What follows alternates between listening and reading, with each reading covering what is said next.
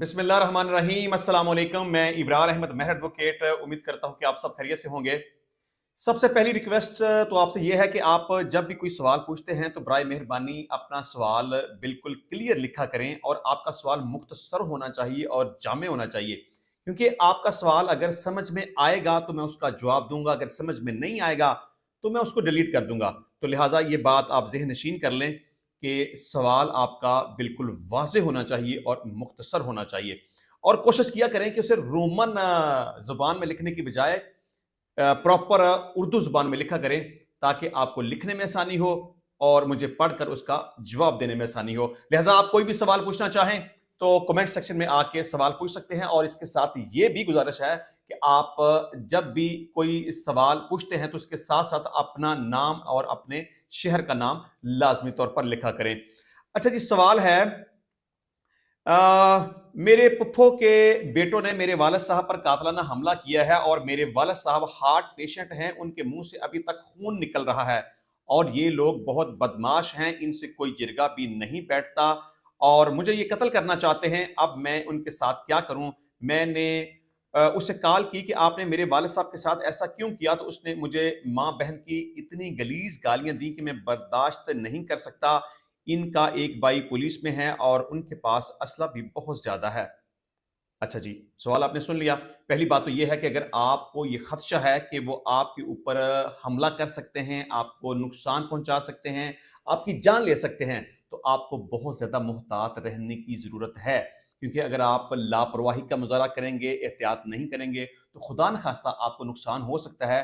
तो अगर आपको नुकसान हो गया या आपको नुकसान होने का खदशा भी है, तो इसमें कोई भी आपको प्रोटेक्ट नहीं कर सकता। अगर कोई बंदा आपको प्रोटेक्ट कर सकता है तो वो आप खुद हैं, आपको अपनी हिफाजत करनी चाहिए।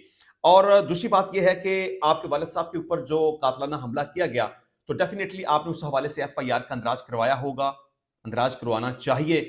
तो आप उस केस को प्रोसीड करें और उन मुलजमान को सजा दिलवाएं, क्योंकि अगर आप डर जाएंगे, खौफजदा हो जाएंगे, तो फिर आपके लिए ज्यादा मुश्किलात हो जाएंगी। देखिए, इसके दो तीन तरीके हैं ना, या तो आप कॉम्प्रोमाइज कर लें, लेकिन आप ये कहते हैं कि वो कॉम्प्रोमाइज करने के लिए तैयार नहीं है, वो जिरगे में बैठते नहीं है, तो फिर आपको चाहिए कि अपनी हिफाजत करें, खुद को प्रोटेक्ट करें, केस को प्रोसीड करें और मुलजमान को सजा दिलाएं।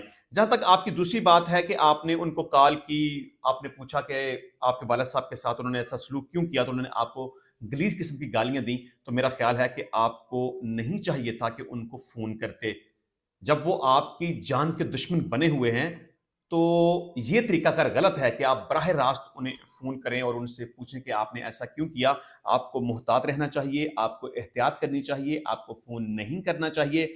और अगर आपको खदशा है कि वो आपको जान से मार देने की धमकियां देते हैं या आपको अपनी जान का खतरा है, तो आपको चाहिए कि एक अंदराज मुकदमा की दरखास्त मुतलका पुलिस स्टेशन में जमा करवा दें और कोशिश करें कि आपकी दरखास्त के ऊपर एफआईआर का अंदराज हो जाए। एफआईआर का अंदराज हो जाए तो उस केस को भी प्रोसीड करें, जो आपके वालिद साहब के ऊपर कातलाना हमला हुआ उसको भी प्रोसीड करें, और कोशिश करें कि आप अपने केस को साबित कर सकें और मुलजमान को सजा दिलाने में कामयाब हो सके। अच्छा जी, इसके अलावा एक मैंने वीडियो रिकॉर्ड की थी कि पाकिस्तान में किस तरह औरतों को उनके हिस्से की जायदाद से महरूम किया जाता है। तो वहां पर राना अदनान अजहर साहब ने सवाल किया कि ये बात ठीक हो गई सर, लेकिन ऐसा करने वालों की कंप्लेन कहाँ, किस इदारे या नंबर पे की जा सकती है, प्लीज ये बता दें। देखिए, जब मैंने ये वीडियो रिकॉर्ड की थी तो मैंने तफसीलन उसमें बता दिया था कि आपने कौन सा तरीका इख्तियार करना है।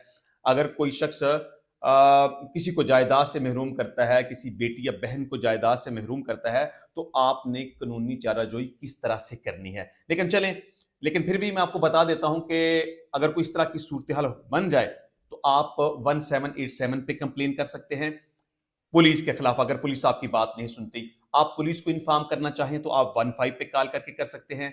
और इसका बेहतरीन जो प्रॉपर तरीकाकार है, तफसील के साथ मैं पहले इस पर बात कर चुका हूं, लेकिन मुख्तसर आपको बताऊंगा कि अगर इस तरह की कोई सूरत हाल बन जाए तो जरूरी है कि आप अपने मुतलका पुलिस स्टेशन में जाके एफआईआर का अंदराज करवाएं, या आप सेशन कोर्ट में इलीगल डिस्पोजेशन एक्ट 2005 के तहत इस्तगासा भी दायर कर सकते हैं। आप सिविल कोर्ट में भी दावा दायर कर सकते हैं। मजीद अगर किसी किस्म की आपको रहनुमाई चाहिए हो तो आप बराह रास्त भी मुझे कॉल करके रहनुमाई ले सकते हैं। सवाल है मियाँ अयूब साहब का, पूछते हैं सर मेरे चाचू फौत हो गए हैं और उसकी कोई औलाद भी नहीं है, क्या हम उसकी जायदाद से हिस्सा ले सकते हैं क्या? ये बड़ा इंपॉर्टेंट क्वेश्चन है कि अगर कोई बंदा लावल्द फौत हो जाए, मतलब कि उसकी कोई औलाद ना हो, तो क्या उस बंदे की जायदाद उसके भतीजों की तरफ जाएगी कि नहीं जाएगी? इस सवाल को आप गौर से सुने और समझें।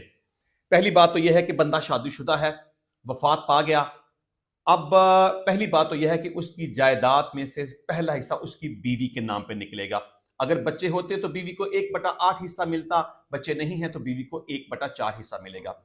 एक बात। नंबर 2, अगर उसके माँ बाप हयात हैं तो उस बंदे के भाई या बहनों को हिस्सा नहीं मिलेगा, ना उसके भतीजों को हिस्सा मिलेगा। वो जायदाद उसकी माँ और बाप में तकसीम हो जाएगी। अब तीसरा सवाल यह है कि अगर माँ बाप हयात नहीं है तो तब क्या सूरत हाल होगी? उसके बाद बीवी को उसका हिस्सा मिलेगा अगर बीवी हयात है तो। अगर माँ बाप हयात हैं तो सारी जायदाद माँ बाप को मिलेगी, भाइयों और बहनों को नहीं मिलेगी। अब अगर माँ बाप नहीं हैं तो फिर जायदाद भाइयों और बहनों में तकसीम होगी। अब जहां तक आपके सवाल का ताल्लुक है कि आप भतीजे हैं, तो भतीजों का जायदाद में से कुछ भी हिस्सा नहीं होता। हाँ, ये एक अलग बात है कि विरासत की जब तकसीम होनी है तो सिर्फ भतीजे हैं। मतलब आप बात को समझें कि अगर मरने वाले का भाई और बहन जिंदा होंगे तो उनका जायदाद में से हिस्सा होगा। जो भाई और बहन वफात पा चुके हैं उनके बच्चों का जायदाद में से हिस्सा नहीं होगा।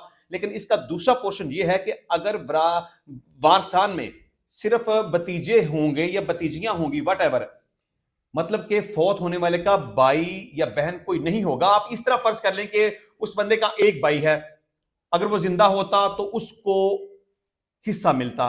अगर वो वफात पा चुका है तब इस सूरत में उसके बच्चों को, मतलब के भतीजों को जायदाद में से हिस्सा मिलेगा। लेकिन अगर फर्ज कर लें कि फौत होने वाले के 2 या 3 भाई हैं, मिसाल के तौर पे उसके 3 भाई हैं और एक भाई उनमें से वफात पा चुका है, 2 भाई हयात हैं, तो अब मरने वाले की प्रॉपर्टी उन 2 भाइयों में तकसीम होगी। जो उनका एक भाई वफात पा चुका है उसका विरासत में से हिस्सा नहीं होगा। बात समझ आ गई कि जो जिंदा हैं सिर्फ विरासत में उनको हिस्सा मिलेगा, जो वफात पा चुके हैं उनको हिस्सा नहीं मिलेगा। जिस तरह से मैंने पहले कहा कि अगर सिर्फ भतीजे हैं, मतलब भाई कोई नहीं है, तो फिर इस सूरत में भतीजों को विरासत में से हिस्सा मिलेगा। इंशाल्लाह मिलते हैं नेक्स्ट टाइम नई वीडियो में नए टॉपिक के साथ। तब तक के लिए इजाजत दीजिए। अल्लाह हाफिज।